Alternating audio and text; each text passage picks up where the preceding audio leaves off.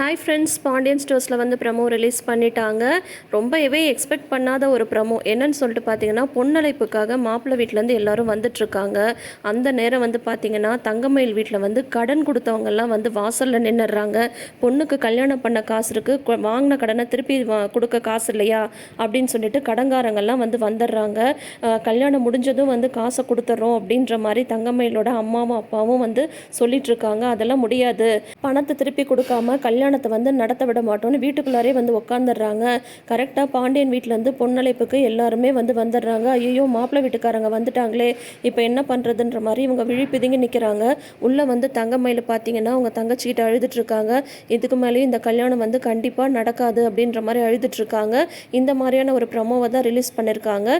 எதிர்பாராத ஒரு ப்ரமோ இது. ஏன்னு சொல்லிட்டு பார்த்தீங்கன்னா வந்து பல நாள் திருடன் ஒரு நாள் அகப்படுவான் அப்படின்ற மாதிரி சடனாக பொண்ணழைப்புக்கு முன்னாடி வீட்டில் வந்து கடங்காரங்க வந்து உட்காந்துட்ருக்காங்க.